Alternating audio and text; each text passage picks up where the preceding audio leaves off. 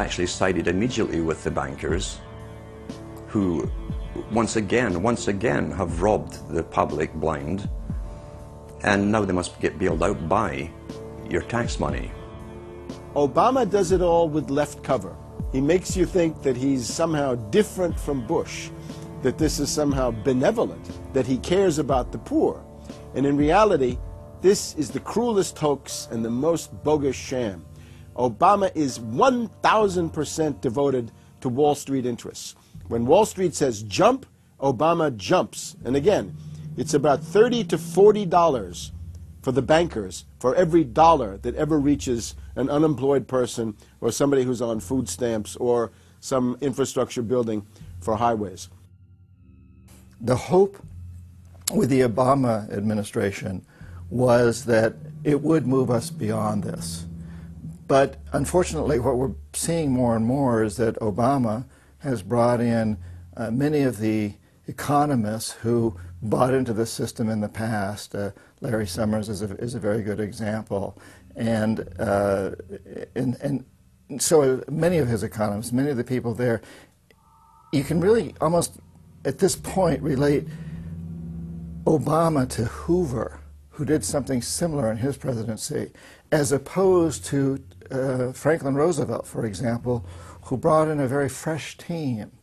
So the concern here now is that Obama's falling into this trap of bringing in the same people who put us in the position that we're in today, and other people who buy into the same theories that brought us here, this mutant form of capitalism. Presumably what most politicians want to come in is say, hey, the problems of the past, they're due to the old guy, and I'm cleaning house, and I'm going to bring in a new team, and don't blame us for the things we've inherited.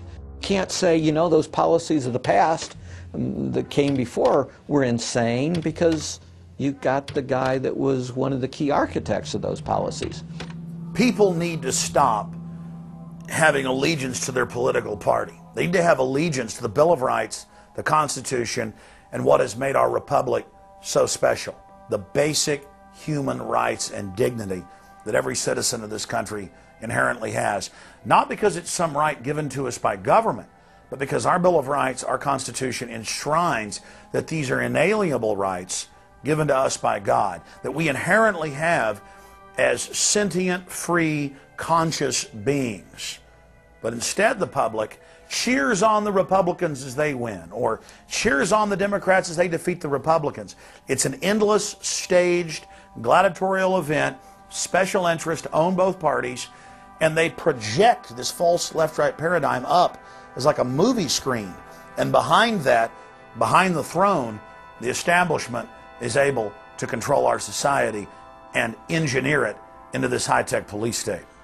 If you try to let the finance oligarchs who created the crisis turn around and say they're the doctors who are going to get you out of the crisis, they will dig you deeper and deeper into the bottomless abyss of world economic depression, financial collapse, and disintegration.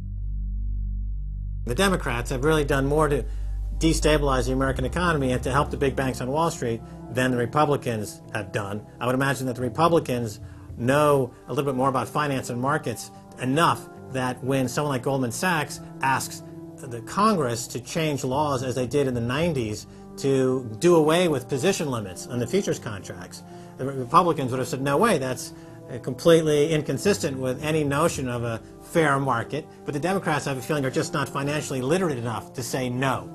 And I think that Goldman has very shrewdly positioned themselves with the Democrats, because the Democrats typically, like many NGOs that I've run into, they seem to have a complete inability to comprehend these issues of markets and finance and how it relates to social justice. So under the Democrats, we also saw the repeal of Glass-Steagall. Glass-Steagall said there's an inherent conflict of interest between the commercial banking side, which is the lending side, and the investment banking side, which is taking an ownership position. And we have to end this conflict of interest by separating these two entities. You can have investment banks and you can have commercial banks, but they have to be separate. Do you think that the repeal of Glass-Steagall was a tragic mistake? No, I don't think so. You could be a commercial bank, like Chase Manhattan, or you could be an investment house like J.P. Morgan, or a bank like Bank of America, or an investment house like Merrill Lynch. But you couldn't be both. And as the 90s went on, the screaming hyenas of Wall Street were demanding that this prohibition, this regulation, be abolished. This was an illegal and inappropriate form of casino. The derivatives were being used and they were being unregulated, and people were getting 30 to 1, 40 to 1, 50 to 1, and sometimes 100 to 1 profits on the way up. And remember, derivatives are a zero-sum game, so there's nothing there. It's not like a piece of stock in General Electric or Ford or something like that where there's supposed to be some value. Derivatives have no value. But the very people, Summers and Gettner and all the people at Goldman Sachs and J.P. Morgan who created these things made not millions or billions but trillions on the way up. And now that these things are crashing, the very same folks are now put in charge of regulating these things and in charge of the bailout, and they are giving money to the very rascals that created this problem, took the profits. The problem cannot be fixed. And this is on Obama's watch right now. You have so many different schemes and mechanisms at play. It's sort of like after there's a blackout, you know, people in some parts of the country have been known to loot the local stores. You know, they go in, they grab the televisions, and they grab the stereos. And basically that's what the Wall Street gang has done. They've just engaged in this massive looting of money from their own companies and now from the U.S. Treasury. There was a lady called Brooksley Born. She was the head of the Commodity Futures Trading Commission under Clinton. And she said, look, we have these derivatives. Why don't we at least make them reportable so we know how many there are and where they are? And she writes in a biographical account, she said, I picked up the phone and Larry Summers was screaming at me that I was interfering with the wonderful inventiveness and ingenuity of Wall Street and their ability to come up with new financial products, such as these derivatives. Brooksley Born was the chair of the Commodities Future Trading Commission, CFTC, which regulates many financial derivatives. And she said there's a grave danger out there in the form of these credit default swaps.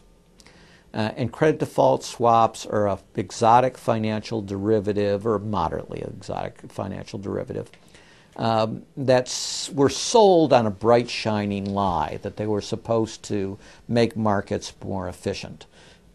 In fact, they allow utterly insane gambles, and they're really great devices for accounting fraud as well.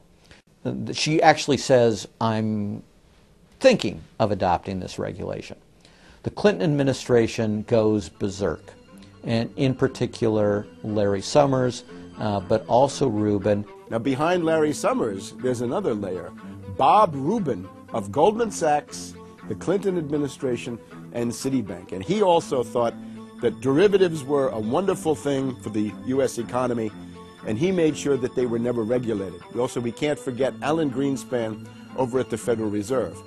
Now, you look at Summers, he is sitting in the White House today, making policy for Obama. Summers tells Obama what to do. Summers tells Geithner what to do. He's also got some of his hatchet people in the administration. Mary Shapiro runs the Securities and Exchange Commission. She refuses to ban naked short selling and other market manipulations. You've also got another guy called Gensler over at the Commodity Futures Trading Commission today. He is an acolyte and a supporter of the derivatives bubble. We made the new CFTC chair a guy who had helped to kill Brooksley Born's reform initiatives. And we just did this under the Obama administration. This was a pre-registered, pre-organized, predetermined event.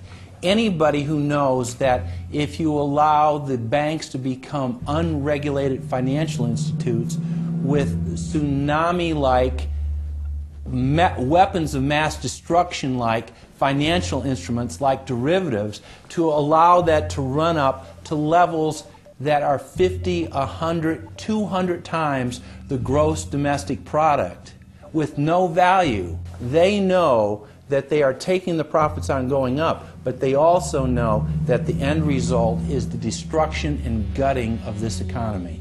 The scam is simple. The insiders buy hard assets and political influence as the fiat bubbles expand. And then, at a time of their choosing, they purposefully implode the bubble. You've got a very small group of people, and the Federal Reserve and the global central banking system and the Bank of International Settlements in Switzerland, who are purposefully managing the boom and bust, credit supply, credit contraction, money supply growth, money supply contraction to create artificial roller coasters and artificial volatility that they can trade around without taking any risk. It doesn't cost them any money. And if they do make a mistake because they're, as George Bush said, oh, the bankers on Wall Street are drunk,